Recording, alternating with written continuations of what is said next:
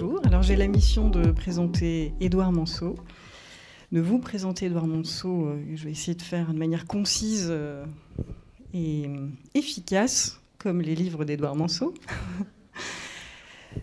Donc Édouard Manceau, il a autour de 130 albums à son actif jeunesse. Il a édité chez de nombreux éditeurs. Il a été traduit en plus de 10 langues. En fait, on accueille une star. Il aborde des sujets multiples, dans des genres multiples, vous allez voir, qui mêlent le suspense, l'intrigue, la sagesse, l'humour, beaucoup d'humour, le jeu, beaucoup de jeux, des sentiments. Je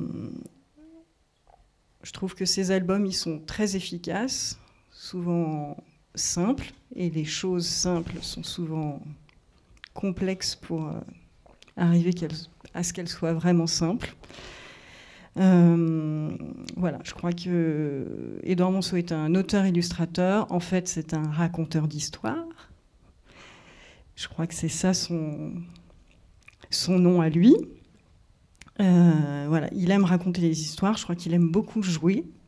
Et je pense que au travers des albums que vous l'avez vus, vous l'avez certainement ressenti. Je crois qu'il écrit aussi des livres pour tous, pas que pour les petits.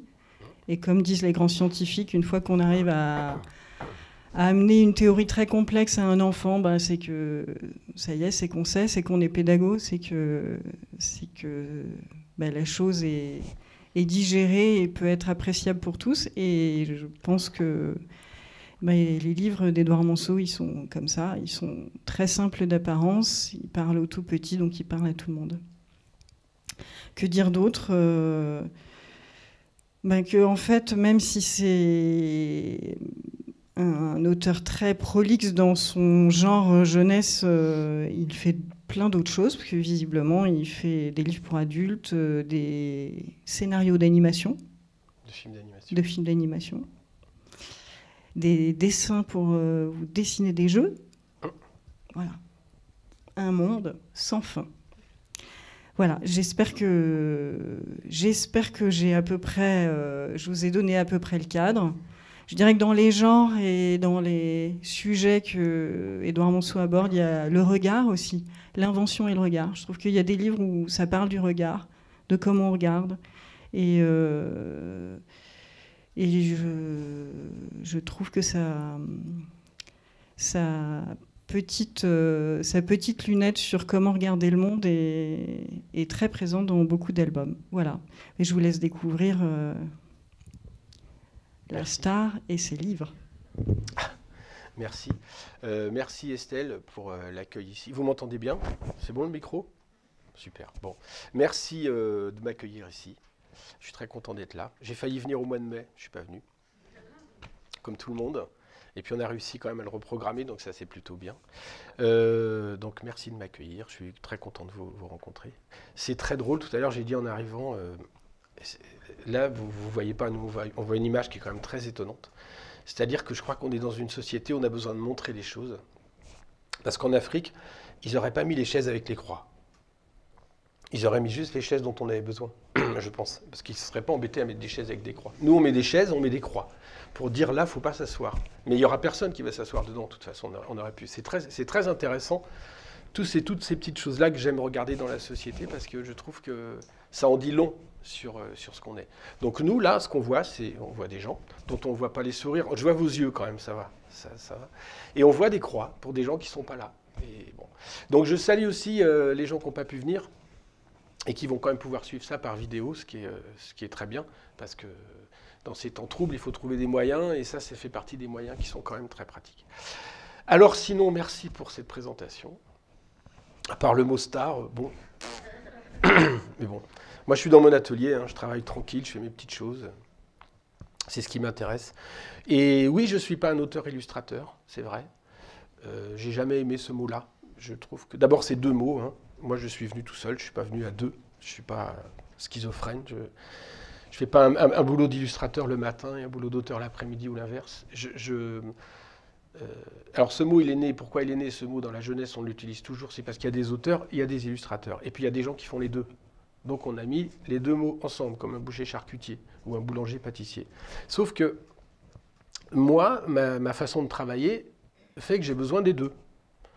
Et non seulement j'ai besoin des deux, mais j'écris avec les deux en même temps, avec les mots et les images. Donc j'ai pas l'impression d'être un auteur ni un illustrateur, j'ai l'impression de raconter une histoire, et pour ce faire, j'ai besoin des mots et des images, mais c'est une écriture à part entière. Et ça, c'est très important à comprendre. Une fois qu'on a compris ça, on a compris que c'est un langage à part entière qui lie le mot et l'image, mais que tout ça est fondu. C'est pas deux choses différentes.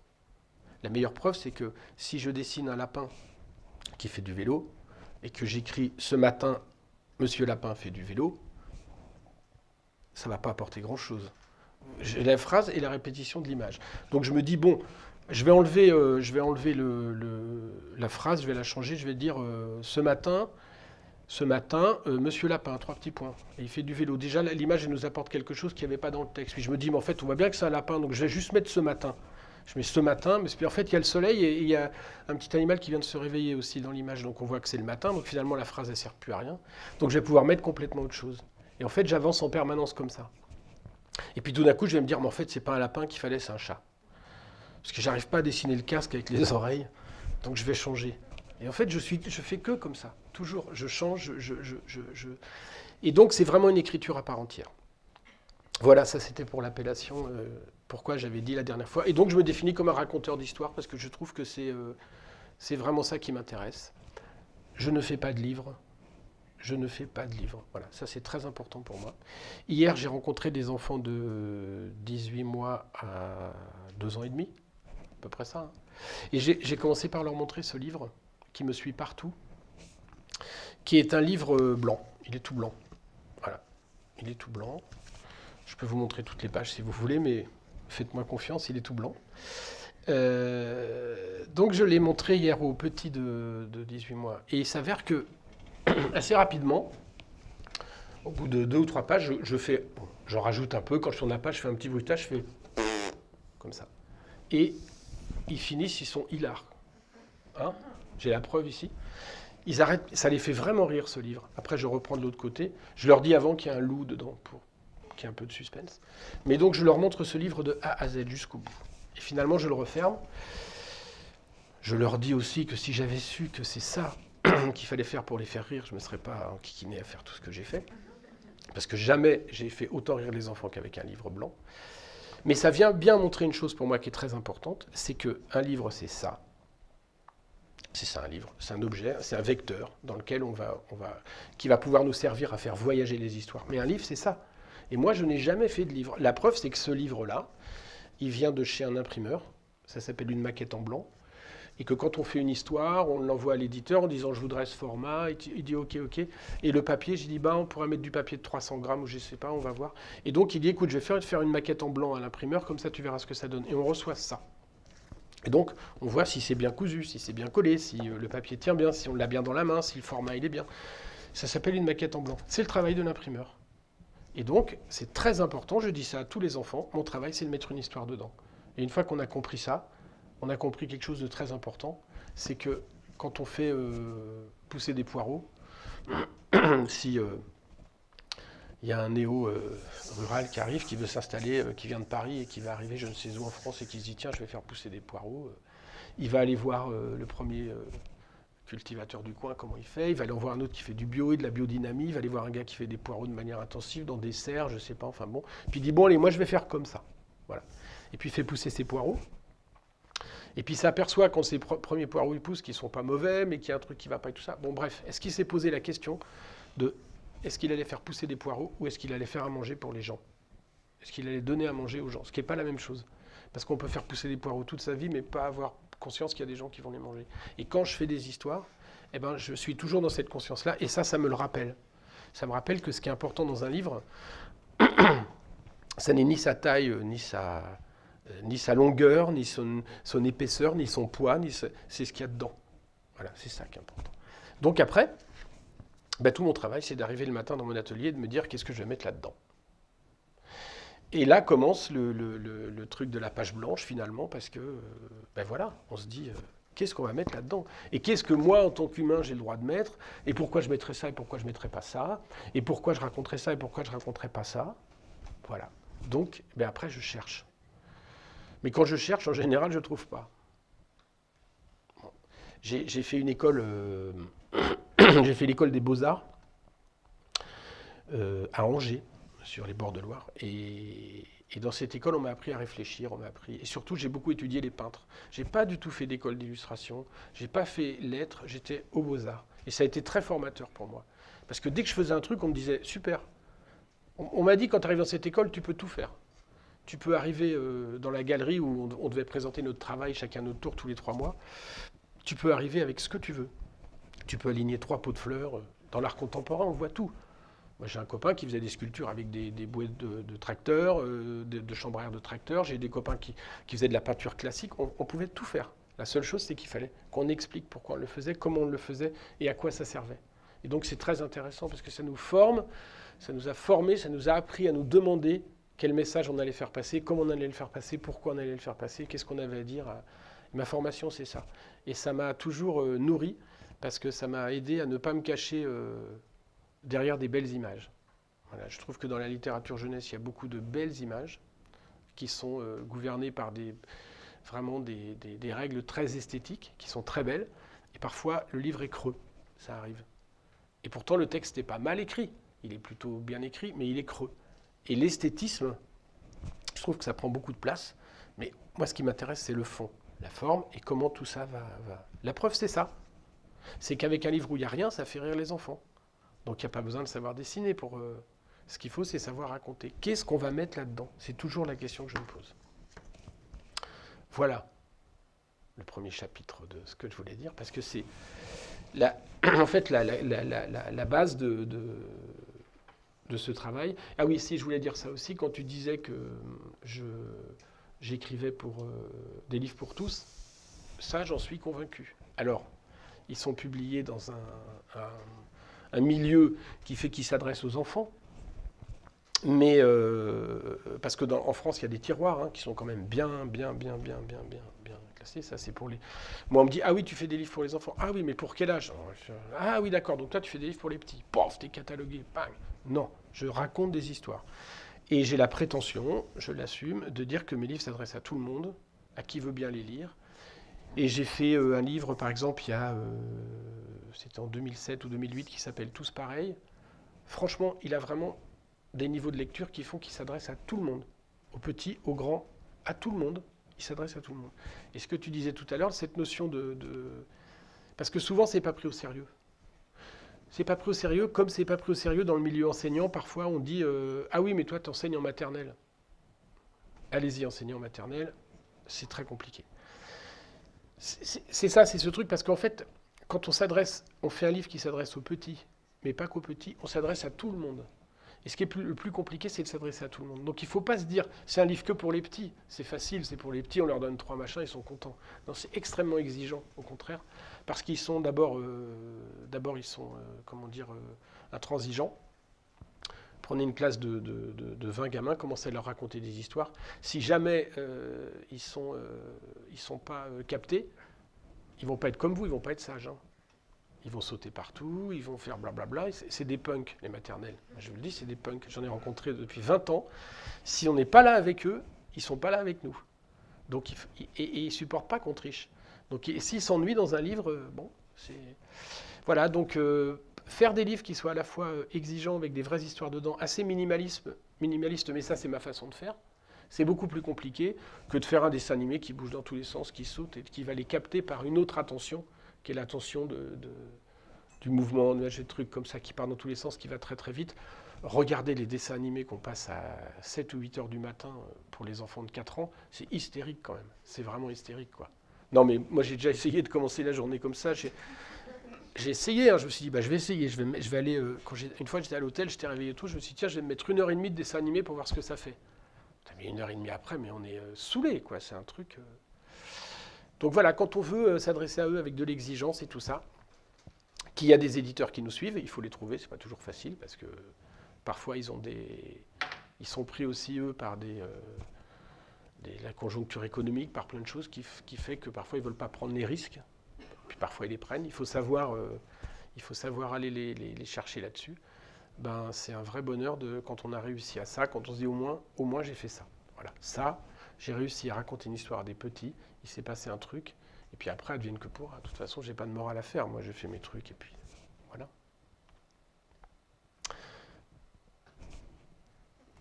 Je profite pour couper mon téléphone parce que j'ai entendu qui ça sonne. On va dire, j'écoute, hein, je suis pris dans la narration, donc j'ai pas forcément quelque chose à dire en fait, en vrai. À part que, à part qu'il y a quelque chose que tu dis, c'est que vous dites, pardon, c'est que vous parliez de votre minimalisme. Oui. Et je crois que vous dites, à propos de ce minimalisme, que l'absence de décor revient à poser 1000 décors. Exactement. Et que susciter l'imaginaire, c'est peut-être aussi un des jeux que vous aimez mettre en scène dans un livre. Ben oui, parce que c'est pas aujourd'hui qu'on... C'est aujourd'hui, cette période qui est complètement flippante, trouble, où on n'a pas d'horizon, où on entend tout et n'importe quoi à la radio, enfin on n'a plus de repères, c'est très compliqué de se dire, bon, dans un an je ferai ça... Si on n'a pas l'imaginaire en ce moment-là, c'était déjà difficile depuis... moi, j'ai toujours trouvé... je suis né en 1969, j'ai vécu les années 80, j'étais gamin, tout ça. Puis les années 80, ça partait dans tous les sens, il se passait plein de choses et on a libéré les... Il y a eu les années Jack Lang, tout ça, enfin, tout s'ouvrait, la culture, je sais pas, il s'est passé plein de trucs. Puis là, on arrive à une époque quand même qui est pas super drôle, quoi. C'est compliqué, quoi. Donc si l'imaginaire, il est pas... Et pour moi, l'imaginaire, c'est vraiment... ce qui me conduit, c'est vraiment que les gens développent leur imaginaire. C'est pas de leur imposer le mien. Ça m'intéresse pas. Des fois, on dit c'est un peu pédagogique, mais ce qui m'intéresse, c'est ça. C'est de leur donner la possibilité d'ouvrir leur imaginaire. Et effectivement, je dessine jamais de décor. Très, très peu. Pas parce que je suis feignant, parce que je sais le faire, mais parce que j'ai toujours pensé que quand je raconte une histoire, si elle se situe dans une ville... Elle ne se situe pas à la campagne. Si elle se situe dans un château, elle ne se situe pas au bord de la mer. Enfin, et j'ai pas envie de ça. J'ai envie de raconter une histoire. Ça tient sans doute à cette envie de raconter des histoires à tout le monde. J'ai envie de raconter des histoires qui s'adressent à tout le monde et que chacun puisse la transposer dans son univers. Donc après, par exemple, j'ai fait ce livre-là qui s'appelle Le petit oiseau va sortir, avec un petit caribou qui part avec une moto. Bon là, vous voyez que je suis quand même pas un grand bavard et que les décors, c'est pas... Mais j'en ai pas besoin de décors, moi je sais qu'ils roulent. Voilà, ça me suffit. Et puis au début, je me rappelle, j'avais mis un bruit de moto là. Puis je me suis dit, mais non, ça sert à rien, on l'enlève, il n'y a pas besoin. Si les gens veulent le faire, ils le feront. Bon, il arrive, et puis là, il croise un gars, et le gars lui dit que sa voiture est dégonflée, donc il ne peut pas aller... parce que lui, il a entendu à la radio que le petit oiseau allait sortir. Le petit oiseau va sortir. Donc lui il dit, mais moi je voulais y aller, mais... Et l'autre il dit, c'est pas grave, tu vas monter avec moi sur ma moto, on va partir tous les deux. Alors ils partent tous les deux. C'est quand même bien. On n'est pas obligé de mettre un casque, quoi, là. Ni casque, ni masque. Donc là, ils partent. Et là, il y a tous les autres qui partent aussi, parce qu'ils ont tous entendu que le petit oiseau allait sortir. Ça attire même les mouches. Et voilà, il y a un embouteillage. Et donc, ils veulent tous aller, arriver. Puis quand ils arrivent, ils descendent, ils quittent les voitures et les motos. Et là, il y a l'œuf duquel le petit oiseau va sortir. Donc, il y a une petite souris qui est là, qui dit c'est ici, venez voir. Et ils ont tous des appareils photo. Ils s'approchent, et puis l'œuf commence à se casser comme ça. Il est fendillé, donc le petit oiseau va sortir. Ils sont tous avec leurs appareils photo, on sent que c'est important. Aujourd'hui, on fait tous des photos dans tous les sens. Et puis, finalement, c'est un cochon qui sort. Donc ils sont super déçus, quoi. Ils disent, mais c'est quoi ce truc? Enfin, ça va pas. Et alors, et le cochon, il dit, bah quoi, vous avez jamais vu un cochon? Vous voulez ma photo? Et donc, ils repartent. Ils sont très, très déçus. Hein. Ils disent, j'aurais jamais cru ça, moi non plus, c'est complètement fou. Ah, je suis déçu, déçu, déçu. Moi aussi, mais qu'est-ce qu'il est mal élevé, ce cochon? Ah bah, je vous le fais pas dire. Et ils s'en vont tous comme ça. Et donc, lui, il regarde partir, il rigole. Et là, on voit qu'il se dessape. En fait, il enlève un pantalon. Et on s'aperçoit que c'était bien un petit oiseau, mais qui s'était déguisé en cochon. Et qui dit, mais qu'est-ce que c'est que cette histoire où on ne peut plus sortir tranquille de son œuf? Et il s'en va de l'autre côté. Et il part de l'autre côté. Voilà, il part de l'autre côté. Ben, bien malin qui peut me dire où se passe cette histoire. Et on s'en fiche. Parce qu'elle se passe. bah, c'est une histoire. Et j'aime bien les extraire de leur contexte, comme ça, ne pas mettre de contexte. Pour moi, il n'y en a pas besoin. J'aurais pu dessiner tout un contexte, dire alors ça va se passer dans une ferme parce qu'il y a des poules, donc on va. Mais je trouve que ça tue les histoires. J'ai toujours trouvé que mettre trop de détails, ça enlevait de l'essentiel, quoi. Alors simplement, quand on fait ça, on ne peut pas se cacher, quoi. C'est-à-dire qu'il faut que l'histoire elle soit très efficace. Parce que si on met plein de décors, il y a quand même des choses à regarder, tout ça, ça va être joli. Puis du coup, si l'histoire est un peu moins forte, là, il n'y a plus que l'histoire, quoi. Mais c'est ça que je veux, c'est du concentré d'histoire. Et souvent, quand je travaille comme ça, j'ai une métaphore que j'aime bien, c'est vous imaginez un cube de béton de 4 mètres par 4. Et c'est beaucoup trop gros, je me dis non, c'est trop difficile à aborder pour les enfants, il suffit d'un tout petit bout comme ça, quoi. Le problème, c'est que quand je commence à créer, je pourrais prendre mon bureau et mon marteau, arriver sur ce grand cube de béton, et je me mets à un coin, et paf, je casse un petit bout, et ça y est, j'ai fini. Mais non, parce que le truc que je veux, il est au milieu du cube. Donc je suis obligé de tout casser. De tout casser pour aller chercher ce petit truc. Parce que c'est ce travail de simplification, il ne vient pas forcément comme ça. C'est-à-dire que je suis vraiment obligé de contextualiser. Il va se passer ça, puis ça, j'en ai pas besoin. Et souvent, j'enlève jusqu'à garder le truc et je cherche ça, quoi. Parce que je pense que les petits ne peuvent pas imaginer un champ de coquelicots. Hein. Vous faites un livre pour les adultes, vous dessinez un champ de coquelicots qui fait des hectares, comme ça, un très grand champ de coquelicots. Bon, bah c'est super, parce que l'adulte peut se le représenter, voit ce que ça fait qu'un champ de coquelicots, c'est voilà, comme ça. Un petit, ça fait beaucoup, alors je me dis non, c'est trop. Eh ben, il ne faut pas dessiner 3 coquelicots, parce que c'est pas un champ de coquelicots. Donc ça répond plus à ce que je voulais dire. Par contre, il faut prendre tous les coquelicots, tous les couper et faire de l'huile essentielle de coquelicot et mettre une goutte d'huile essentielle de coquelicot. Voilà. C'est une autre métaphore, mais ça veut bien dire que aller chercher c'est vachement de travail. C'est pour ça qu'on dit que c'est compliqué de faire simple, ce que tu disais, et c'est tout à fait vrai. C'est très compliqué d'être simple, c'est beaucoup plus simple d'être compliqué. Et je trouve que notre société, elle se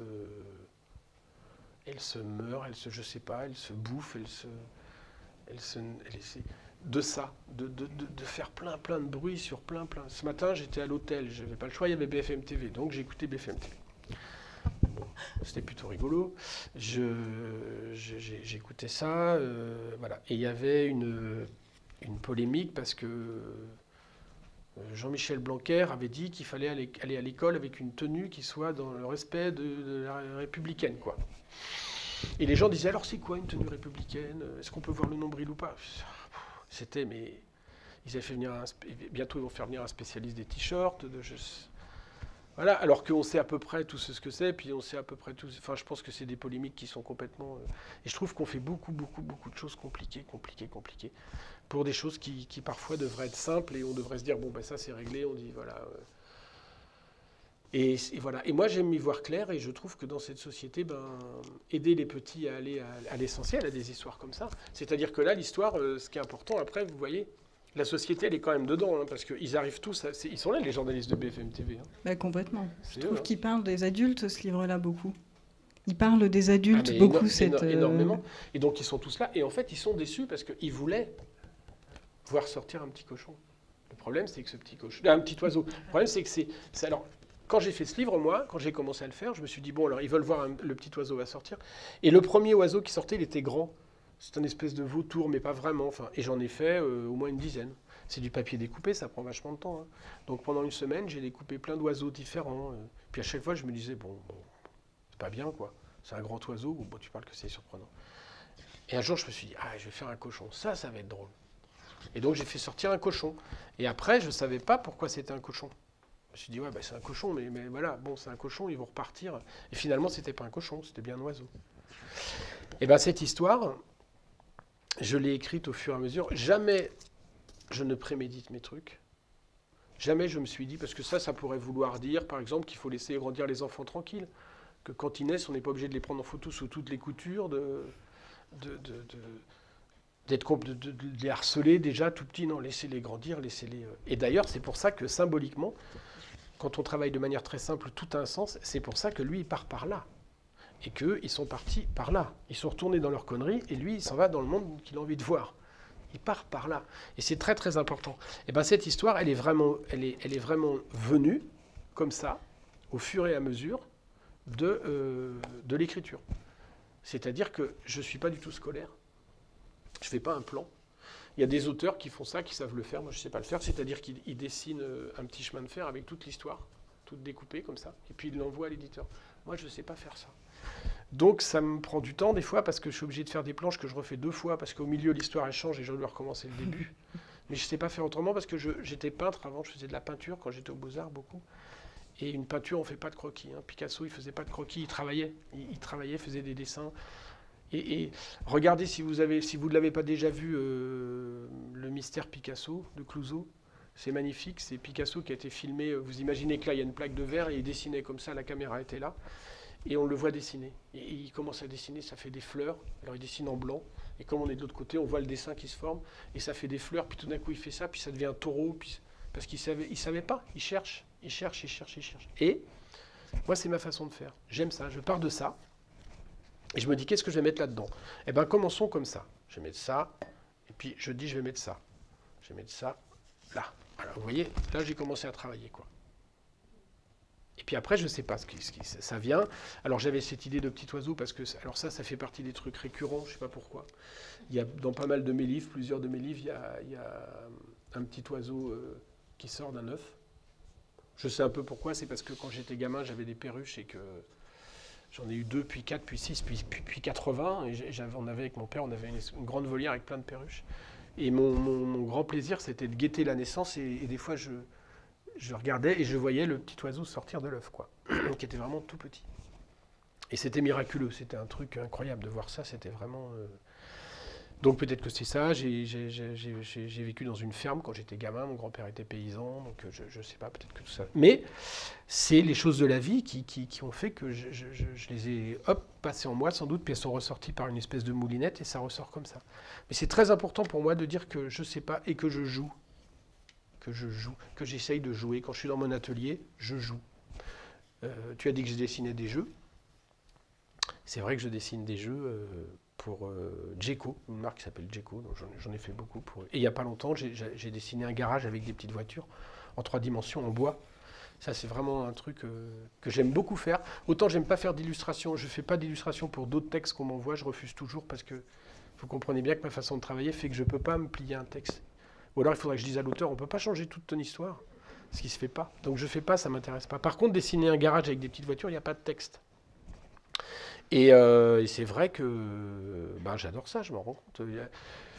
Ma compagne est rentrée de l'école il n'y a pas longtemps parce qu'elle est instite. Et j'étais à 4 pattes dans le salon en train de jouer avec mes petites voitures. Je faisais des essais. J'avais fait un garage et je voulais voir si c'était bien qu'on allait faire le plein d'essence et tout ça. Donc j'étais vraiment couché avec mes voitures. J'arrivais comme ça. Et parce que j'aime ça, parce que j'aime jouer, quoi. Et quand je joue, quand je suis dans la création, j'aime ça. J'aime ça. J'aime jouer. Et c'est, alors ça vaut des trucs qui ne sont pas pris au sérieux. C'est-à-dire que quand j'ai eu 50 ans, ma compagne et sa fille, qui sont adorables, m'ont offert une grosse boîte de Lego. Et mon beau-père s'en est toujours parmi. Il a toujours pas compris. J'ai fait waouh, j'étais vraiment super content. J'en avais plein, parce que je joue au Lego, j'adore ça. Et il a toujours pas compris. Il a toujours pas compris. Il me dit non, mais et je lui ai expliqué, je lui ai dit mais essaye, ça va te faire du bien. Alors il n'a pas compris. Il n'a pas compris, il comprendra jamais, il est trop vieux maintenant. Et alors que essayez de jouer au Lego si vous avez l'occasion. Enfin, vous avez peut-être joué avec vos enfants, avec vos petits-enfants, je sais pas. C'est génial. Vous savez, on a fait faire, depuis un moment, on fait faire du coloriage, des trucs comme ça, pour être un peu zen, ce qui, je pense, marche très bien. Ça se faisait, c'était pratiqué dans des hôpitaux psychiatriques à une époque pour que les gens arrivent à s'apaiser, on leur donnait ça et tout ça. Mais les Legos, c'est pareil, sauf que c'est beaucoup plus créatif.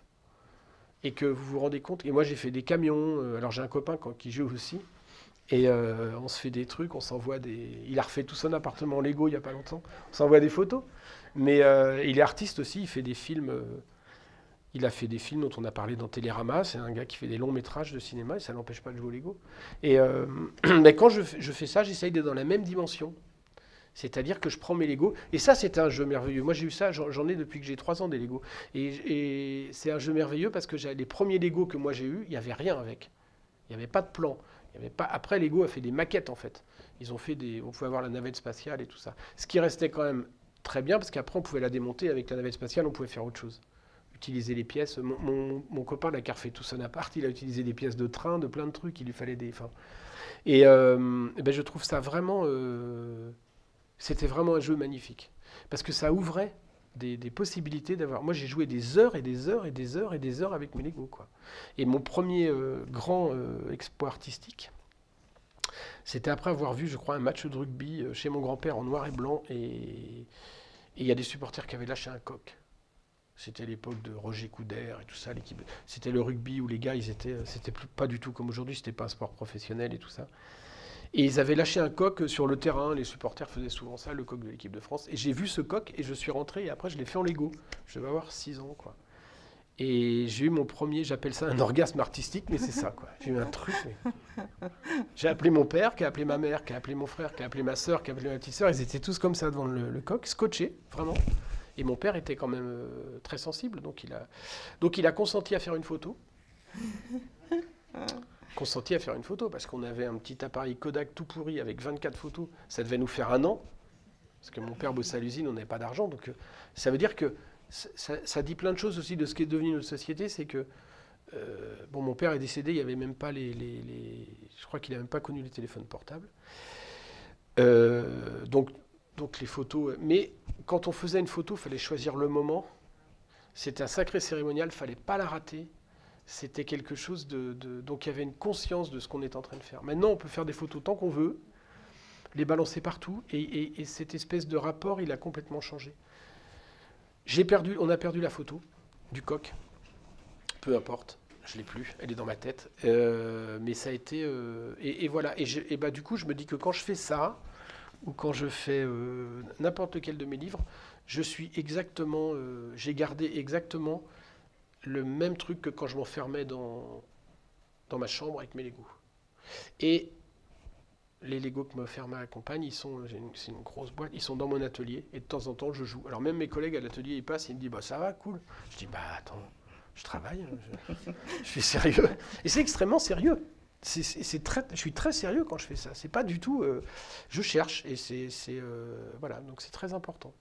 Ben, en préparant cette présentation, comme j'ai bien vu que le jeu était presque le fil rouge de toute cette histoire, j'ai regardé la définition du jeu.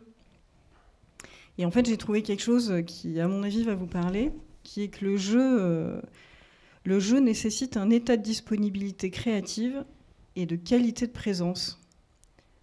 Et l'essence du jeu, dans l'essence du jeu, pas celui où on gagne ou on perd, celui où on n'a aucun but à atteindre, on est dans une liberté totale, sans sanction et sans but précis. C'est exactement ce que j'ai dit hier matin aux accompagnatrices des enfants de la crèche qui étaient des assistantes maternelles. C'est ça. Hein. Je leur ai dit, parce j'avais mis des petits bouts de papier, pas loin des Legos, hein. J'avais donné des morceaux de papier à des enfants, une feuille noire, parce que le noir fait ressortir les couleurs, et j'ai dit, vous les laissez. Ils avaient de 18 mois de... La tentation, quand on est un adulte, c'est de dire, attends, on va mettre ça comme ça. Attends. Et non, je leur ai dit surtout ça. Exactement ça. Laissez-les faire. Si ça ressemble à rien, aucun but, c'est pas grave. Le but, c'est pas que ça ressemble à quelque chose. Ça, c'est un problème d'adulte. Le but, c'est... Et ils ont fait des trucs superbes, magnifiques. Ils se sont laissés porter. Il y a une petite fille qui était très observatrice, très, très délicate. Les doigts très fins comme ça. Dès qu'elle avait un tout petit peu de colle sur le doigt, elle regardait, hop, elle se remettait à travailler comme ça. Elle a refait, moi j'avais fait un personnage, ils m'ont vu faire, puis je l'ai enlevé. Elle a refait elle a refait un personnage auquel il manquait rien. Mais les autres ont fait autre chose. Et c'est exactement ça. Sauf que je pense que cette disponibilité, les enfants l'ont naturellement. Et nous, malheureusement, au bout d'un certain temps, on la perd. Parce que je crois que si on la perd, c'est parce que c'est un truc qui s'entretient. Et que les vicissitudes de la vie font que, et particulièrement aujourd'hui avec cette vie de dingue qu'on nous fait mener, on le perd. Mais j'avais fait une conférence... Pardon, vas-y.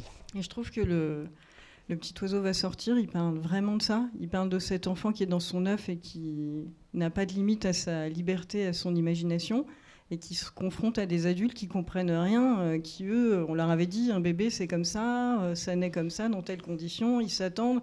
La vie est complètement, c'est plus la vie d'ailleurs, c'est un tapis rouge avec tout qui est très très câblé. Et lui, il arrive avec son ingéniosité et son inventivité. Et il ne se laisse pas faire. Ouais. Parce qu'il a du caractère. Le problème, c'est qu'il y en a plein qui se laissent faire. Et c'est pour ça que c'est un message aussi aux adultes. Parce qu'il y a plein d'enfants qui n'ont pas la possibilité de faire ça. D'abord parce qu'ils naissent pas dans un œuf et qu'ils sont... mais c'est très compliqué. Quand je l'ai fait, quand j'ai eu terminé cette histoire, donc j'ai scanné toutes mes planches, je l'ai envoyé à l'éditrice, et l'éditrice m'a répondu, mais c'était aux éditions Milan, elle m'a dit c'est super, mais on en a parlé en réunion, il y a quand même un truc qui nous... C'est qu'on se demande, mais comment il a fait pour trouver un... C'est pas possible qu'il trouve un costume dans son œuf.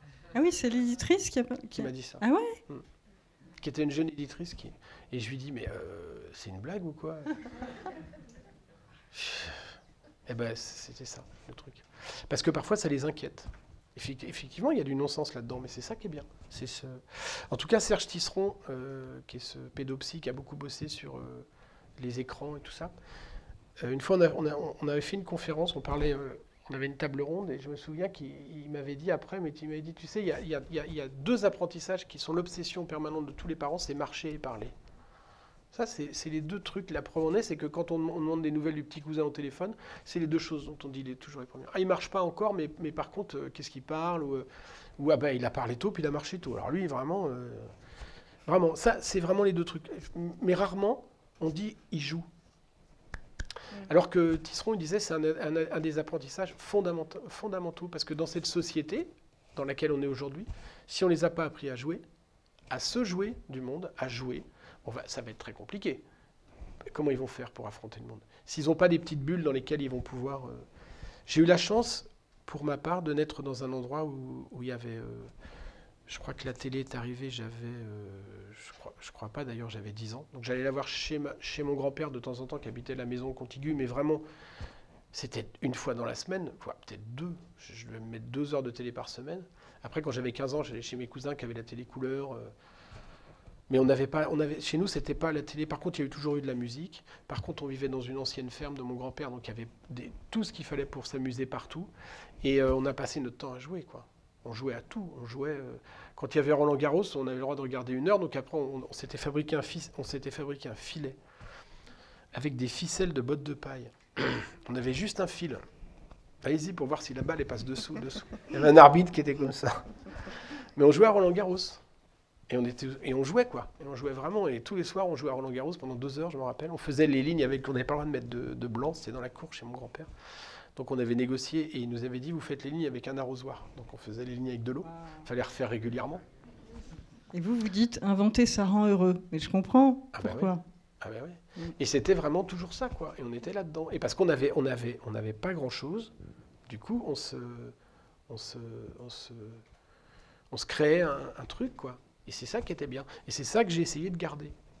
Et après, j'ai eu la chance aussi d'être entouré d'adultes bienveillants, dans le sens où ils étaient bienveillants et à la fois, ils avaient leur névrose comme tout le monde. Hein. Mon grand-père, c'était un alcoolique de première.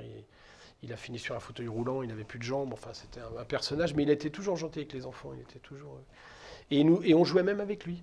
Parce que lui, de sa maladie, à la fin, il avait de l'artérite, donc c'était très compliqué, il a beaucoup souffert, et il s'est fait amputer une jambe, enfin c'était très compliqué. Mais il continuait à pratiquer ce jeu, quoi, toujours. Donc, quand on poussait son fauteuil roulant, il disait, attendez, on va partir, on va aller au jardin, on se mettait chacun de notre côté avec mon frère, on poussait son fauteuil roulant, et il disait, attendez, je vais allumer la locomotive. Ça, je me rappelais toujours, il prenait une grosse clope, comme ça. Alors que aujourd'hui, on se dirait pas c'est un gamin. Nous, on allait avec lui dans sa 2 chevaux. On ouvrait les portes de la 2 chevaux, il y a de la fumée qui sortait, quoi. C'était comme ça. On allait regarder la télé, ma mère et nous. Les seules fois où on pouvait regarder la télé le soir chez lui, on allait voir La piste aux étoiles de Roger Lanzac. C'était du cirque en noir et blanc. Et on sortait, on passait à la douche direct tellement on sentait la clope, parce qu'on était dans son petit salon, et il fumait des grosses boyardes, c'était des gitanes de maïs encore plus épaisses, ça faisait de la fumée comme ça. Mais c'était comme ça. Bon, après j'ai fumé longtemps à cause de ça, c'est un peu bête, mais après j'ai arrêté quand même. Et parce que ça me fascinait, je voyais un acteur américain, moi, quand il était avec sa clope. Un cow-boy, quoi. Et par contre, mon frère est devenu clown. Donc, est-ce que la piste aux étoiles, elle a pas influencé Il est devenu clown. Son premier spectacle, il perdait sa jambe. Il faisait du clown avec ça. C'était très drôle. Il en avait fait un truc très drôle. Il avait un trucage. Sa jambe était accrochée. Enfin, et il n'avait jamais réalisé que c'était la jambe de mon grand-père.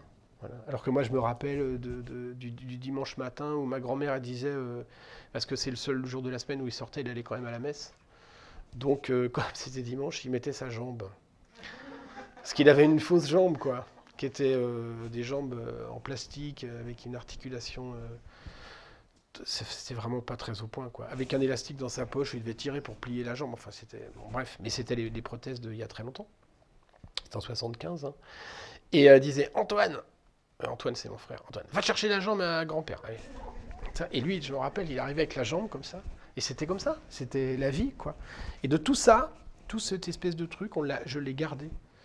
Donc, j'ai pas été formé dans des écoles d'art. J'ai pas été formé. J'avais un papa qui était ouvrier à l'usine, qui est resté jusqu'au bout de sa vie, mais enfin qui dirigeait le bureau d'études à la fin, parce qu'il a beaucoup. Il dessinait, c'était un créatif, et il faisait beaucoup de musique. Et donc, on écoutait. Ils nous ont toujours dit que les artistes les fascinaient. Mon grand-père, il a passé des heures à nous montrer. Il y avait les biscottes du village, ça s'appelait les glaneuses. Et sur le paquet de biscottes, il y avait l'Angélus de Millet. Et les glaneuses, qui ramassaient les glaneuses qu'elle allait ramasser après les moissons pour récupérer les... Et donc, c'était ça, nos livres d'histoire de l'art, c'était des paquets de biscottes. Donc, on regardait ça, il nous disait, t'as vu là, ça? Il nous disait, et puis l'Angélus, puis il faisait le point avec les cloches qui sonnent dans notre village. Et on se racontait des histoires comme ça, quoi, avec 3-4 images. Mais on n'était pas du tout... je suis pas né dans un milieu autorisé. Moi, je savais pas que... C'est pour ça que je suis un raconteur d'histoire et que j'ai toujours dit je fais pas de livres parce que je n'ai jamais trop... c'est ce rapport à ce qu'on va faire quand on sera grand, quand on demande aux enfants, la plupart du temps, ils ne peuvent se projeter que dans quelque chose dont ils ont conscience que ça peut être possible.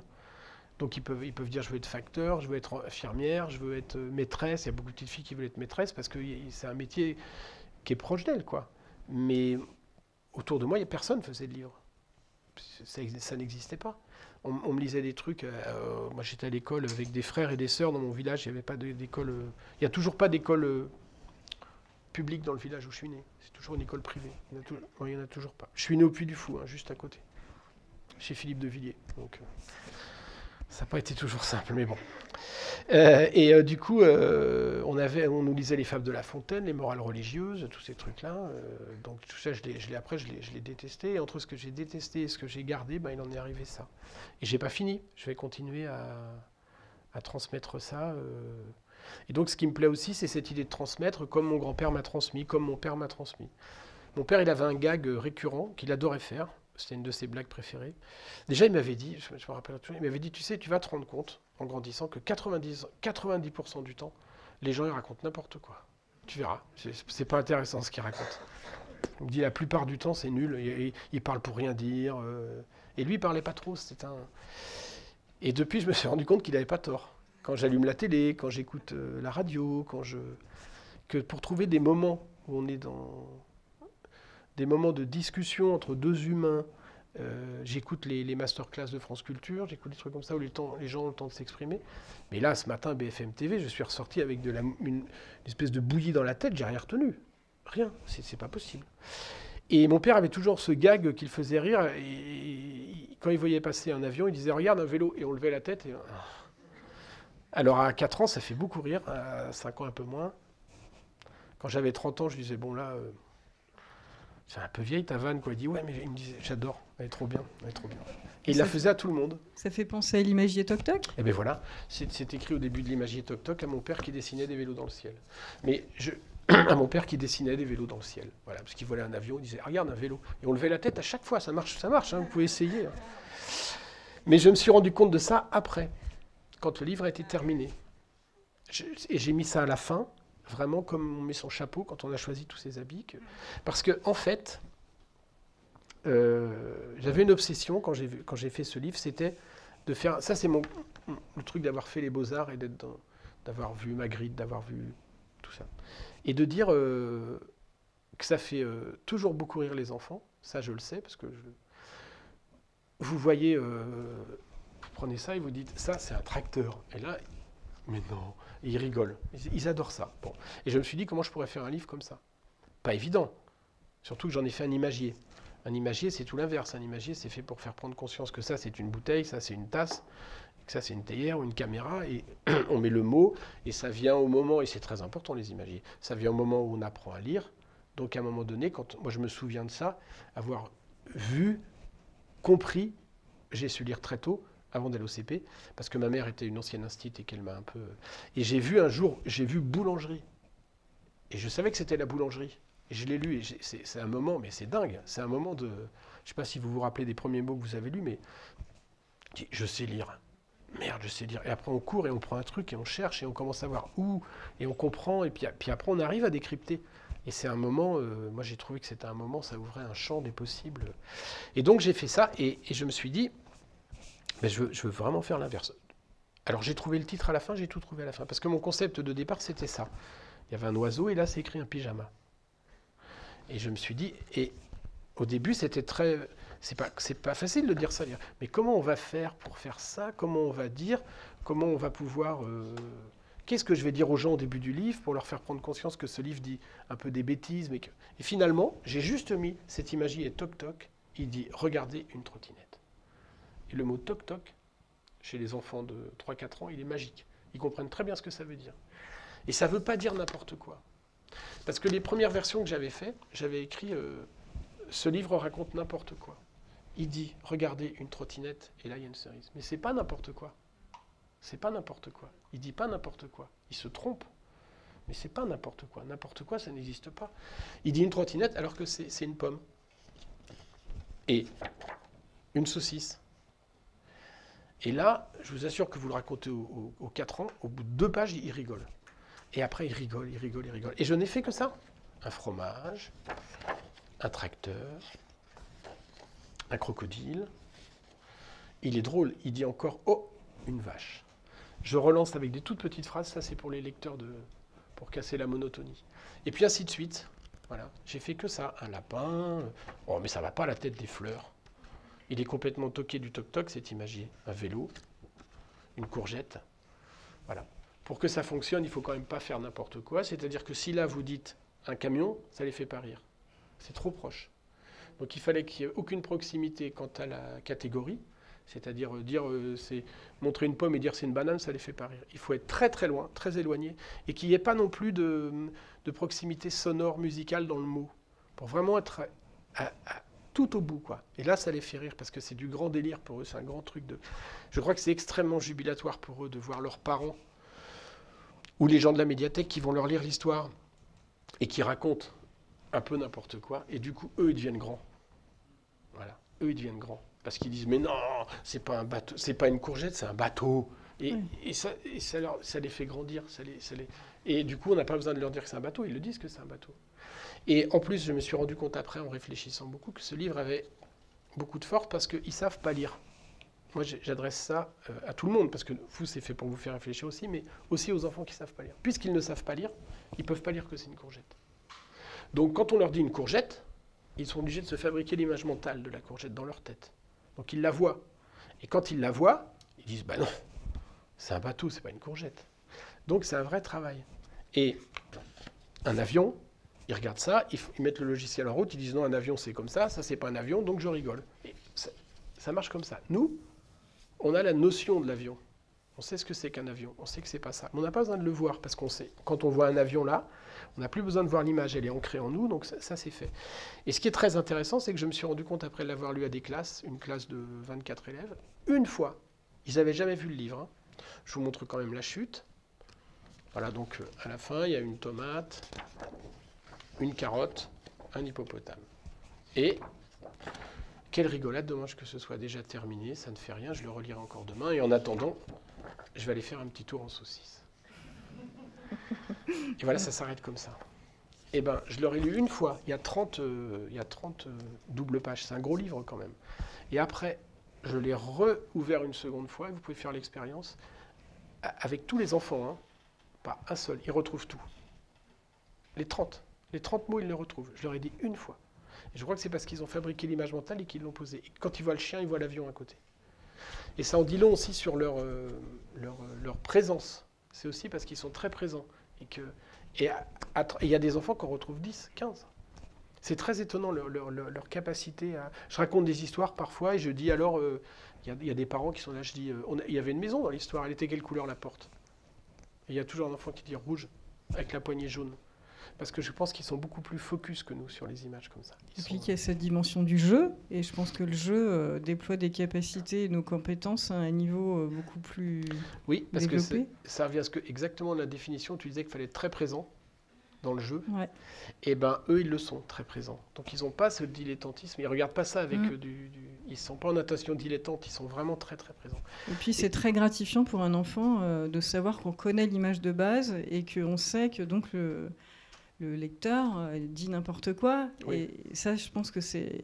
Oui. Il est génial, ce livre, pour ça, parce que je trouve qu'il gratifie, en fait, déjà l'enfant de sa connaissance, et il le met dans un phénomène où il a déjà des références, il est déjà dans la culture. Voilà. Il fait déjà partie d'un monde qu'il connaît. Exactement. Et il s'en rend compte, probablement, plus ou moins inconsciemment, à ce moment-là. Voilà.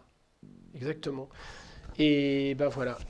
Après, quand on ramène les choses à une manière très simple, pour un truc qui va nous emmener très loin dans la discussion, de dire ça, tout ce que tu viens de dire, de parler de tout ça, il suffit de dessiner un citron et d'écrire un téléphone.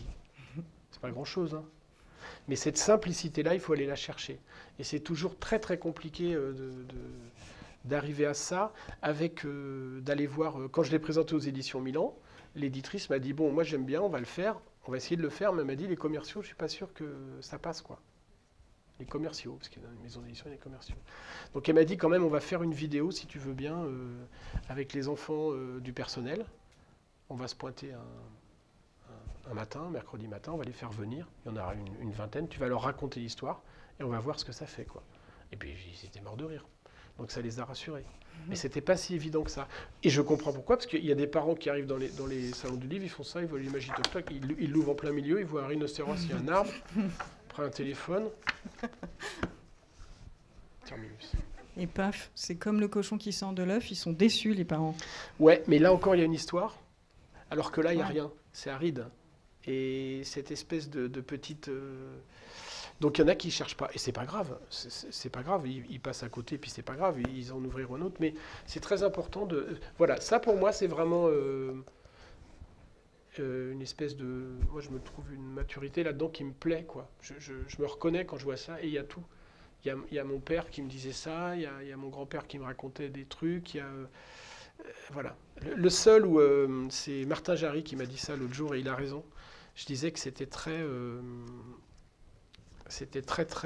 toujours très, très distant, qu'il n'y avait aucun rapport, et que c'était pas fait pour montrer de l'imaginaire. Alors, je sais plus où il est. Il m'a dit, là, il y a un rapport. Puis j'ai pas fait exprès, j'ai dit, ouais, t'as raison. Alors je vais vous le montrer, je sais plus où il est. Voilà. Une grenouille. Et une couronne. Je l'avais pas vu. Mais après, c'est rigolo, c'est un petit truc. Et voilà cette simplicité-là. Alors derrière, on a marqué, il y a des livres pour apprendre et il y a des livres pour rire. Et il y a l'Imagier Toc-Toc pour apprendre et rire en même temps. J'ai toujours pensé que c'était possible, ça. Et quand j'étais à l'école maternelle, je pense que je pouvais jouer, donc j'étais super content. Après, j'ai fait toute ma scolarité, j'étais gentil, j'ai fait ce qu'on m'a dit de faire. J'étais premier de ma classe, je travaillais bien. Et je suis arrivé en seconde, j'ai commencé à dire, bon, c'est quoi ces conneries? J'ai été viré du lycée, bon, c'était comme ça. Hein. Après, je suis parti travailler, ça m'a fait beaucoup de bien. J'ai voyagé un peu, après je suis rentré aux Beaux-Arts. Et quand je suis rentré aux Beaux-Arts, j'ai eu l'impression de revenir à la maternelle. Parce que cette école était géniale. Alors elle n'est plus comme c'était avant, parce que maintenant c'est redevenu une école qui fabrique un peu des artistes. Ça a changé le statut d'artiste. Il y a un côté très professionnel depuis qu'il y a Jeff Koons, tous ces gens-là qui ont fait vraiment du business. Mais pour le coup, nous, c'était vraiment... Et comme j'avais travaillé à l'usine avant, je me souviens, j'avais droit à un truc, je ne sais plus comment ça s'appelait. On m'a dit, tu vas toucher le SMIC pendant 2 ans. 2 ans au SMIC, aux Beaux-Arts. Alors là, j'ai passé les 2 années de ma vie les meilleures, quoi. Je pouvais faire ce que je voulais, quand je voulais, pendant 2 ans. Je payais des tournées à tout le monde, on vivait, on a fait... c'était magnifique. Les profs, on avait des profs qui étaient là. On n'avait pas de cours. On venait en atelier, on travaillait. Qu'est-ce que tu penses de ça? Ah, tu devrais faire ça. Viens à la bibliothèque, on va aller regarder ça. Tiens, on va regarder ça. Puis après, c'était le rêve, quoi. Et c'est là où j'ai pu me donner de la légitimité. Parce qu'après, il y a aussi ça, c'est que je venais quand même d'un milieu où mon père ne s'était pas donné la légitimité de faire ce qu'il voulait faire, c'est-à-dire faire de la musique, il rêvait de ça, il en a toujours rêvé. Et moi, j'ai pu me donner la légitimité de ça, m'ouvrir, et cette école-là m'a totalement dit, mais si, tu as le droit, tu peux. Et de toute façon, comme aux Beaux-Arts, c'était un peu rock'n'roll quand même, surtout dans les années où j'y étais, ils disaient, mais on s'en fout, les éditeurs, c'est des guignols, t'en as à foutre, vas-y, fais tes projets, t'inquiète pas, c'est pas eux qui vont trouver des idées, c'est toi. Donc ils étaient vraiment dans cette espèce d'encouragement, et c'était vraiment, vraiment très très riche, quoi. J'ai eu de la chance de faire cette école, vraiment. Je le dis, Je j'ai trouve passé que le 3 Petit ans. Curieux, il parle beaucoup de ça. Oui. Oui, oui, Le Petit Curieux, c'est un livre, curieux. J'ai une copine qui m'avait dit, on dirait que c'est pour les enfants de Star Trek et du Corbusier. Parce que ça, c'est un livre pour enfants. C'est vrai qu'il est. Alors là, pour le coup, je déteste cette expression d'ovni. On dit, ah, ce livre, c'est un ovni, mais celui-là, il est un peu quand même bizarre, quoi. Et donc, ce livre-là, il s'appelle Le Petit Curieux. Alors, il est brillant. C'est pas pour rien. Et c'est écrit, un jour, un petit curieux a pris ce livre entre ses mains. Évidemment, là, il y a un trou qui correspond à peu près à un téléphone. C'est-à-dire qu'en fait, ça, c'est le format du cinéma. C'est le cinémascope ramené à une petite échelle. Il a regardé par ce trou, il a vu tout un tas de choses. Toi aussi, regarde par ce trou, vois-tu des choses de couleur rouge, orange, bleue et verte. Donc je regarde là, et je cherche, et je vois du rouge sur la caméra. Je vois que vous êtes quand même habillés plutôt en sombre, hein, mais je ne vois pas de vert. Bon, je regarde, et on joue. Et en fait, après, on peut chercher des choses qui sont en haut, des choses qui sont en bas. On peut chercher des choses qui bougent et des choses immobiles. Là, ça ne bouge pas. Des choses petites, moyennes ou grandes. Des choses qui sont loin, des choses qui sont près. Des choses qui font du bruit. Des choses carrées, rectangulaires, rondes ou triangulaires. Voilà. Des choses qui brillent. Des lettres et des chiffres. Des choses qu'on a envie d'aller toucher. Là, c'est très doux. Promène-toi et regarde partout. Le petit curieux, c'est toi. On continue. Et voilà. Ça se termine comme ça. Là, vous voyez aussi en matière de minimalisme, j'ai pas. Et c'est pas la même chose que ça, et c'est pas la même chose que ça. Je sais aussi dessiner comme ça, mais je sais aussi dessiner comme ça. Et là, le but, c'était vraiment c'était le ras-le-bol des écrans. J'en avais vraiment marre de voir des enfants qui arrivent à l'école qui sont complètement phagocytés par les écrans. Et il y a des enfants qui arrivent en maternelle. Ma compagne en a vu, on me l'a déjà raconté, qui prennent un livre et qui font ça. Ah ouais? Oui. Il y a des enfants qui arrivent à l'école, dans certains quartiers, dans des endroits où c'est compliqué. Moi, j'ai vu ça dans le nord de la France, qui ont vu des écrans avant de voir des livres. Parce qu'à 6 mois, on leur file ou à 1 an, on leur file le téléphone dans la poussette pour avoir la paix. On leur met un truc. Pardon, on leur met un truc qui fait titi, et ils sont comme ça. Ils ont vu ça avant de voir des livres. Quand même. C'est pas la généralité, mais enfin quand même. Donc ce livre-là, c'était une balade, voilà. Et moi, je l'ai essayé, après, quand je l'ai eu terminé. Et j'ai essayé chez moi, et je vous assure, j'ai découvert plein de choses que j'avais chez moi que j'avais jamais vues. Je n'avais pas vu qu'il y avait des interrupteurs qui étaient ronds, d'autres qui étaient carrés. Je n'avais pas vu qu'au plafond, il y avait des angles avec des corniches dessinées qui faisaient des triangles. Il y a plein de choses que je n'avais pas vues. Parce que d'abord, on regarde rarement le plafond. Voilà, aux Beaux-Arts, par exemple, on nous a appris à... On dessinait couché pour dessiner les corniches qu'il y avait au plafond. Le prof, il nous a appris à dessiner. On essayait de dessiner avec son pied, en tenant un crayon. Du coup, ça faisait des trucs complètement tordus, mais il leur sortait. On cherchait, quoi, on jouait. Et bien, ce livre-là, c'est ça. Et quand je l'ai eu terminé, alors celui-là, pour le publier, ça n'a pas été simple, hein, parce que l'éditeur, quand vous arrivez avec ça, il me dit, ouais, bon, d'accord, mais bon, c'est pour les bobos. Alors que non, parce que si vous le mettez dans une crèche par terre, au bout de 30 secondes, il y a un enfant qui fait ça, parce qu'ils ont bien compris à quoi ça servait. Et pour aller au bout de ma réflexion, ben, j'ai voulu qu'il soit comme ça, ce qui fait aussi beaucoup son sel, quoi, ce qui fait son identité, sa singularité, c'est qu'il est brillant, mais ça a du sens. C'est parce que là, vous êtes dans la couverture, puisqu'il reflète. Et donc, en fait, je regarde ce que... Ah oui, d'accord. Ah oui, vous êtes dans le livre aussi. Donc, en fait, ça reflète parce que j'avais l'ambition qu'il soit universel. On aurait pu faire la même chose en disant le petit curieux à la ferme. On aurait dit, est-ce que tu vois une vache? Est-ce que tu vois un tracteur? Ils auraient été preneurs, hein. J'aurais peut-être pu faire une collecte comme ça. Mais moi, j'étais très, très prétentieux, je voulais qu'il soit universel. C'est-à-dire qu'il soit... qu'on puisse le regarder sur la Lune, au bord de la mer ou dans une ville. Toujours avec cette idée de pas de décor. Et du coup, Il a eu le prix Sorcière, donc ça l'a légitimé. Après, c'est pas des livres qui se vendent beaucoup, mais par contre, c'est un livre de fond, il est resté, et je suis très content, parce que pour moi, ça a été un vrai truc. Je me suis simplement dit, peut-être que c'est mon dernier livre. Là, on se demande si... Bon, maintenant, je vais faire du cinéma, quoi. Hein. C'est vraiment la mise en scène de ce qu'est un livre, en fait. Ouais, c'est pour une ouverture expliquer. sur le monde, c'est la fenêtre Exactement. qui s'ouvre.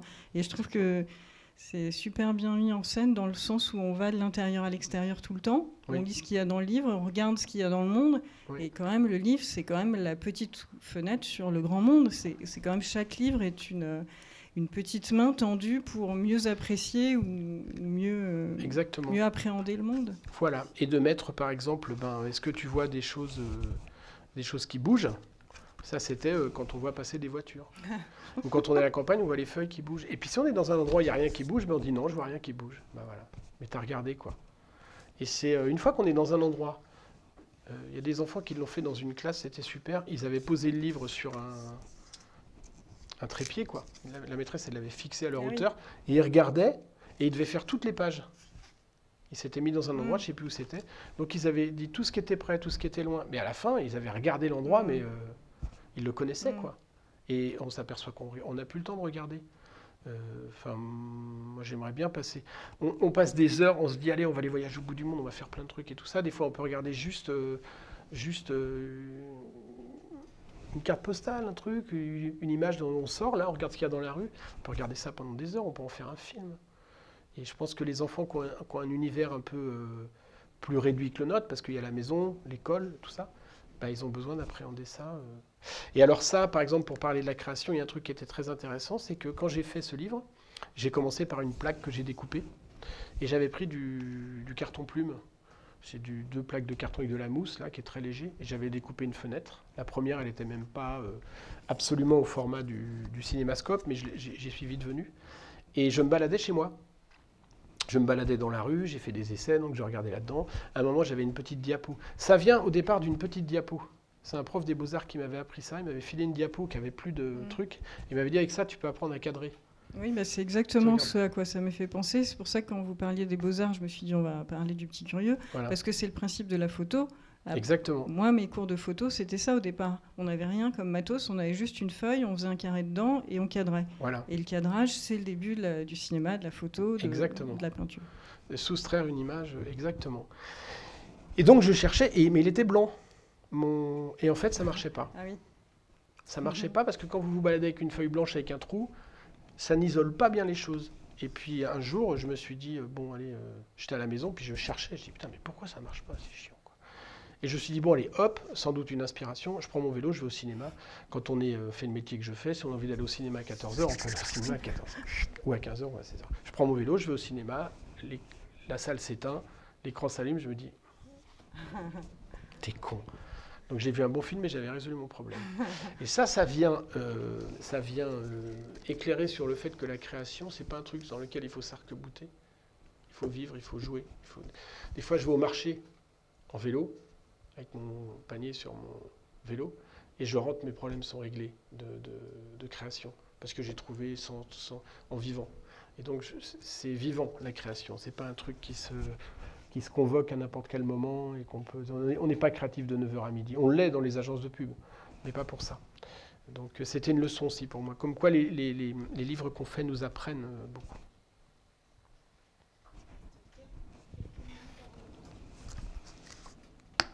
Oui, c'est le temps des questions.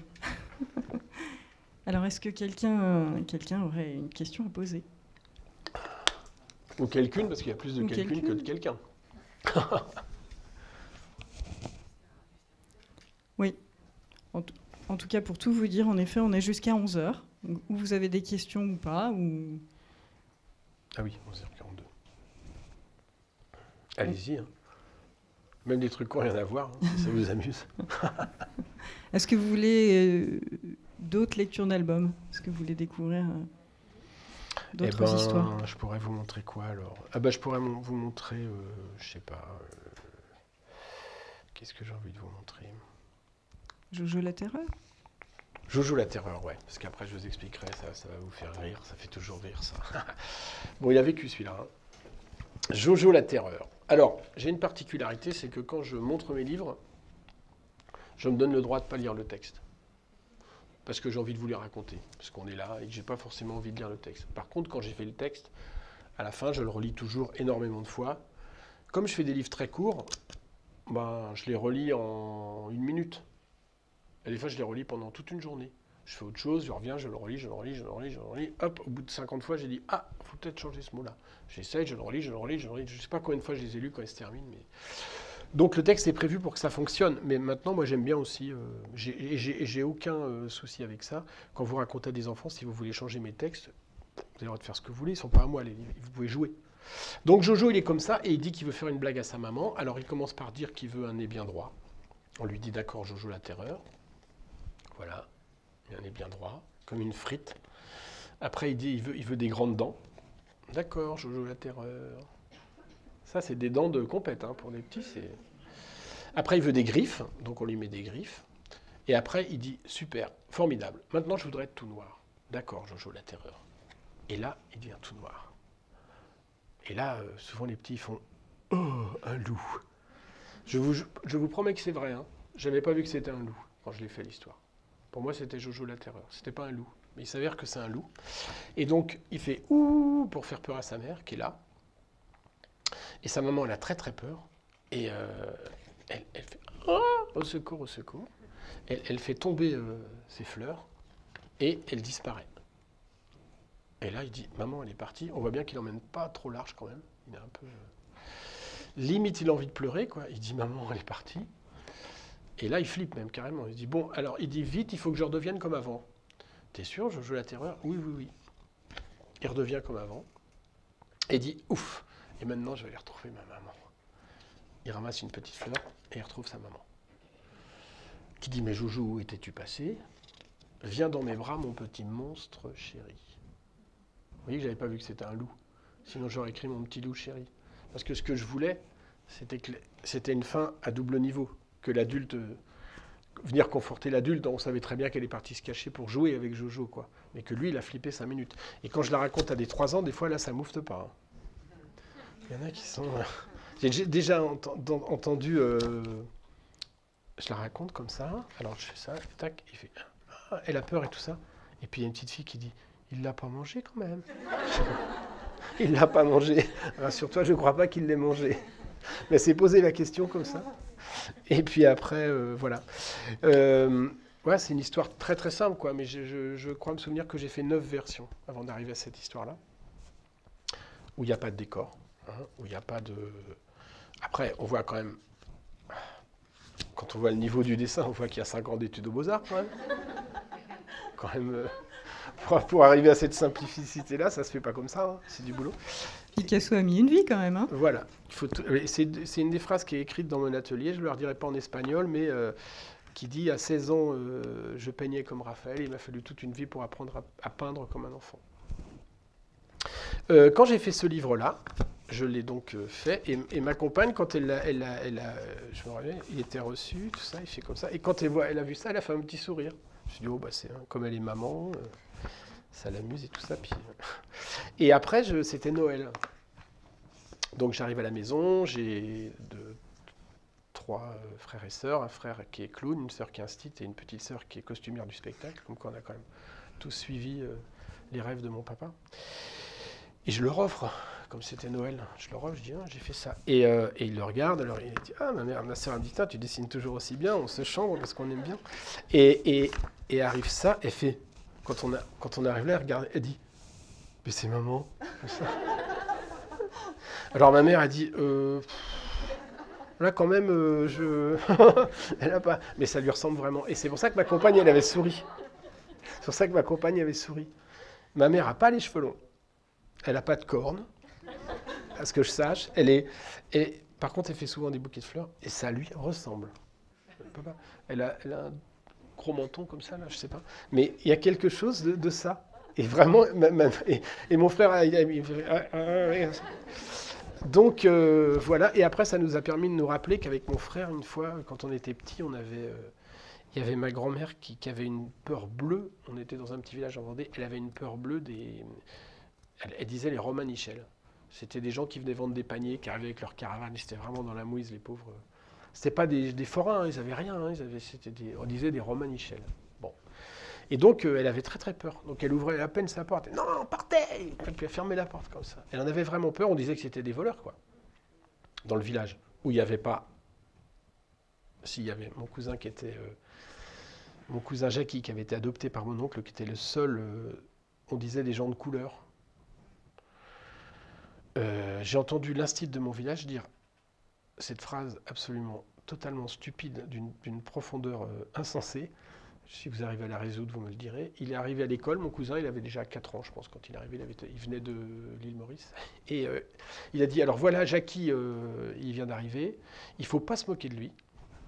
Bon, bah, déjà, ça en dit long, le truc. Mais ceci dit, en même temps, les enfants n'avaient jamais vu d'enfants noirs. On ne partait pas trop en vacances loin et tout ça. Ils en avaient peut-être vu à la télé et encore. Et il a dit, il est noir, mais c'est pas de sa faute, c'est parce qu'il était adopté. Comprenez la puissance de cette phrase. C'était quand même un truc. Et donc ma grand-mère, sinon, avait peur Enfin, ça en dit long, c'était pour en dire long sur le village dans quel état il était dans les années 70. Les gens étaient quand même racistes, je sais pas, mais xénophobes, ça c'est sûr, ils avaient peur, quoi. Et donc nous, ça nous choquait avec mon frère, parce qu'on n'avait pas du tout... Mon père, il n'était pas du tout là-dedans.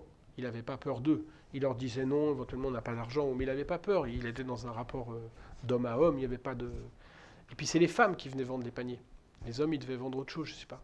Ils vendaient des paniers et des mouchoirs. Et donc ma grand-mère, elle les avait boulés. Elle les avait vraiment envoyés bouler. Elle leur a claqué la porte au nez. Et nous, on était chez ma grand-mère à ce moment-là, et on regardait. Comme les maisons se touchaient, on était toujours fourrés chez elle, quoi. Et ça nous avait vraiment choqués. Et donc on a été dans le grenier, parce qu'on avait un grenier au-dessus de chez ma grand-mère, où elle avait mis plein de vieilles sapes de l'armée de mon oncle qui avait fait la guerre d'Algérie, des trucs qui traînaient comme ça. Et on s'est déguisés en manouche, on a frappé chez elle, elle a dit « Bonjour, on vient vous vendre des paniers !» Et elle nous en a acheté. Hein. Je ne sais pas ce que ça voulait dire. Si elle voulait faire son mea culpa, si elle a compris qu'elle nous a acheté un panier 10 centimes, en même temps c'est le sien qu'on lui avait vendu, donc pas non plus le payer très cher, quoi. Et ça nous a marqué. Alors je ne sais pas si c'est ça, parce que j'ai transposé, j'ai dessiné quelqu'un qui ressemble à ma mère, mais c'est pour vous dire que c'est vraiment... et ça, je le redécouvre après, quoi.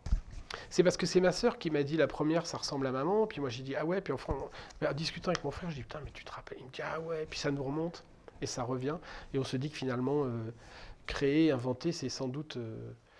voilà, il y a Jean Genet qui a dit, alors je ne sais plus dans quel livre j'ai mis ça, si en préface d'un vrai livre, qui dit créer, c'est toujours parler d'enfance.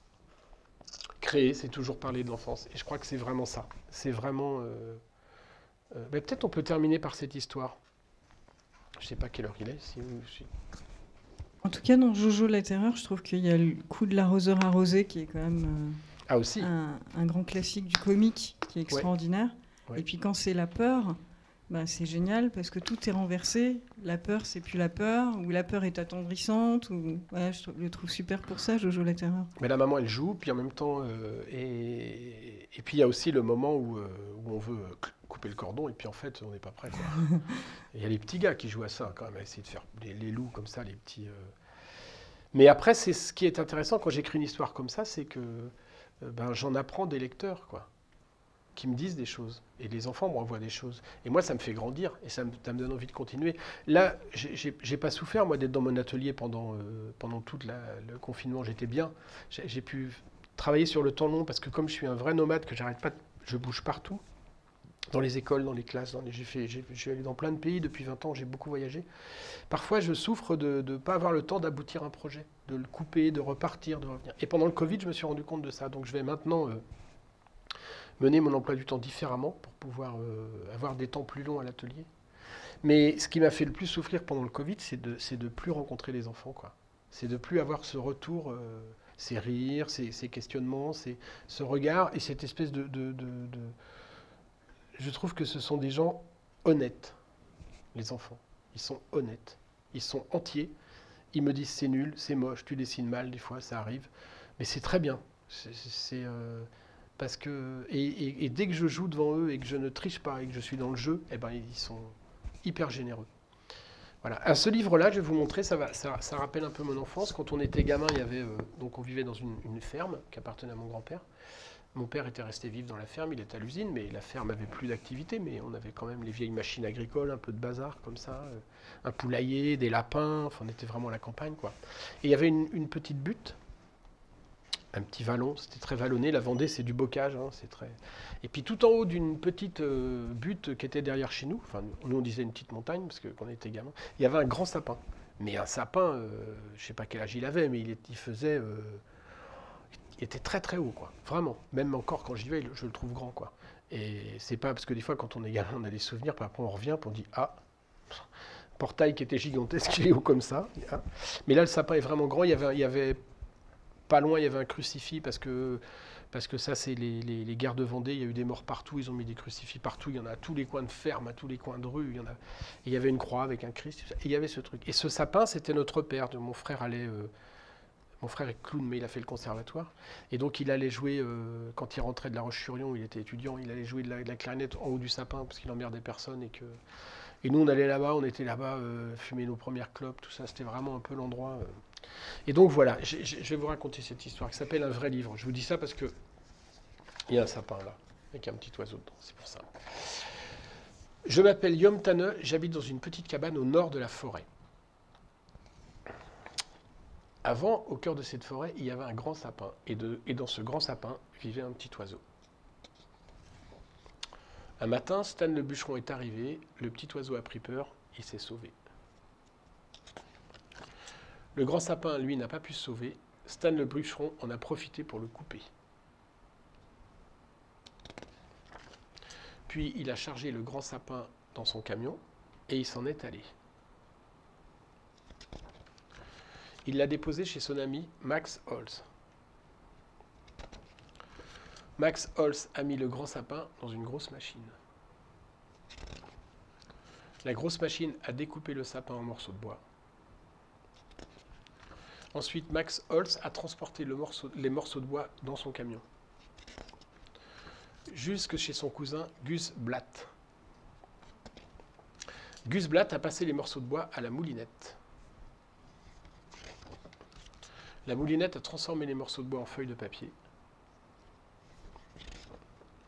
Et Gus Blatt est venu porter les feuilles de papier chez moi. Alors j'ai attrapé des couleurs et sur les feuilles de papier, j'ai raconté toute cette histoire. Je l'ai mise dans une grande enveloppe et je l'ai envoyée à un concours d'histoire dans la ville d'à côté.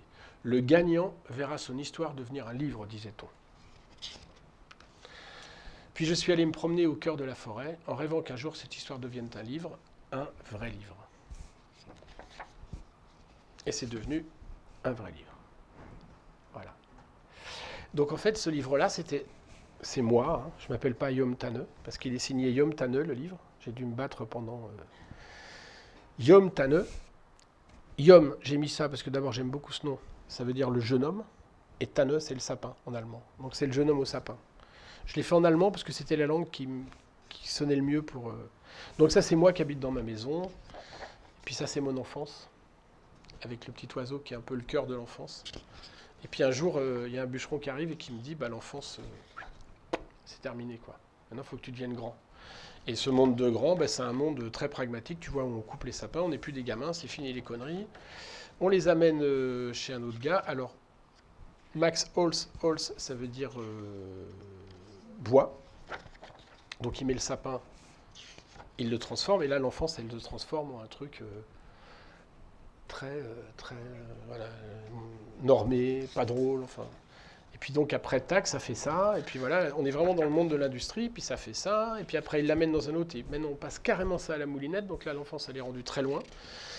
Et puis il en fait des feuilles de papier, alors là il y a la bande de cinéma hein, qui défile. Et puis ces feuilles de papier il me les amène finalement. Et là, moi, je suis toujours là. Et donc, j'ai écrit toute cette histoire sur un livre. Et puis, je la mets dans une boîte aux lettres. Et puis, ça devient, j'espère, un jour un vrai livre. Ça s'arrête comme ça. Et puis, quand on voit ça, on se dit, ben, ça y est, c'est devenu un vrai livre, donc il a réussi. Et donc, c'était vraiment ça, cette histoire-là, qui s'est pas... Ce livre, il n'a pas trouvé beaucoup de lecteurs. C'est un livre qui prend son temps, parce qu'il est un peu... Il y a des gens qui disent, ah oui, c'est pour expliquer comment on fait un livre. Mais c'est surtout pas que ça. C'est vraiment pour expliquer qu'on peut garder son enfance en soi. Et à la fin, il retourne se promener dans la forêt. Et là, il est dans la forêt. Et là, le cœur de l'enfance, il est toujours là. Il ne l'a pas perdu. Et il reste avec lui. Donc il y a vraiment ce rapport de rester, de garder ça. Ça, quand je l'ai écrit, à aucun moment, je me suis dit, je vais raconter mon histoire, hein, qu'on soit bien d'accord. J'ai dit, je vais raconter l'histoire de ce petit bonhomme. Et c'est après que j'ai compris ce que j'étais en train de faire. Et que quand j'ai vu le sapin, j'ai dit, mais oui, mais c'est évident. Et voilà, donc le jeune homme au sapin, c'était moi. Et derrière, c'est écrit, il y a peu de temps, ce livre n'était encore qu'un rêve. Donc c'était le rêve. Et j'ai bien utilisé, là, vous voyez, j'ai bien mis, je l'ai mis dans une grande enveloppe et je l'ai envoyé à un concours d'histoire, pas chez un éditeur. Le gagnant verra son histoire devenir un livre. Mais c'est vraiment une histoire que j'ai mis dedans. Et donc c'est tout à fait cohérent avec le truc. Et pour moi, ça vient dire ça, quoi, que j'ai gardé de mon enfance, malgré tout cette traversée que j'ai eue aussi. J'ai bossé à l'usine. J'ai fait plein de boulot, hein. Entre 20 et 30 ans, j'ai publié mes premiers livres à 30 ans. J'ai fait plein de petits boulots, plein. J'ai bossé à l'usine, j'étais intérimaire, j'ai bossé la nuit, j'ai bossé sur des chantiers, j'ai fait plein de trucs. J'ai voyagé, et tout ça, je l'ai repassé à la moulette, et le truc, il est là. Donc c'est vraiment bien.